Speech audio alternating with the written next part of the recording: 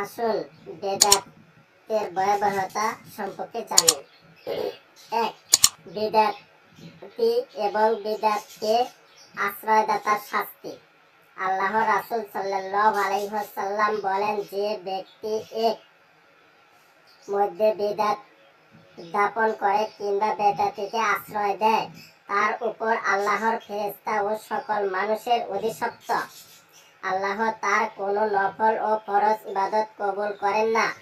আর যে নিজ মাওলা ব্যতীত অন্যকে মাওলা হিসেবে গ্রহণ করে, তার উপর একই রকম লানত।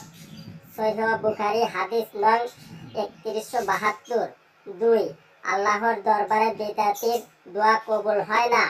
আনাস রাদিয়াল্লাহু থেকে বর্ণিত, রাসূল সাল্লাল্লাহু আলাইহি ওয়াসাল্লাম বলেন, আল্লাহ প্রত্যেক বেদাতির তওবা ততক্ষণ পর্যন্ত স্থগিত রাখেন অনুগ্রহ করেন না ততক্ষণ পর্যন্ত সে তার বিদআত বর্জন না করছে। খলিফা ওমর রাদিয়াল্লাহু বিদআতীদের সালাম দিতেন না।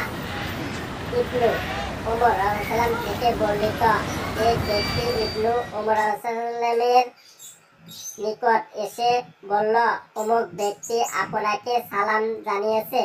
তিনি বলেন, আমি জানতে পেরেছি যে সে নতুন জিনিস বা বিদআত উদ্যাপন করেছে। যদি বাস্তবিকই সে নতুন কোনো প্রথা উদ্যাপন করে থাকে, তাহলে আমার পক্ষ থেকে তাকে সালাম দিও না, কেননা আমি রাসূল সাল্লাল্লাহু আলাইহি ওয়াসাল্লামকে বলতে শুনেছি, আমার উম্মতের অথবা ওই উম্মতের মধ্যে চেহারা বিকৃত ও ভূমিদস্যু ও সৃষ্টি হবে। এটা কাদিয়ানিয়া সম্প্রদায়ের মধ্যে সংঘটিত হবে। তিরমিজি 2152, আবু দাউদ 4613, মিশকাত 10600, তাওরাউদুল হাদিস 1004, ইবনে মাজাহ হাদিস নং 4016। 4.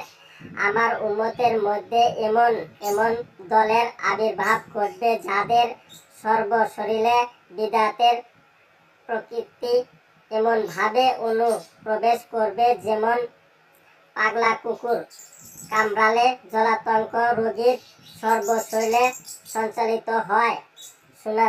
সুনানে আবু দাউদ হাদিস নং। হাদিসের মান হাসান। হাদিস 6।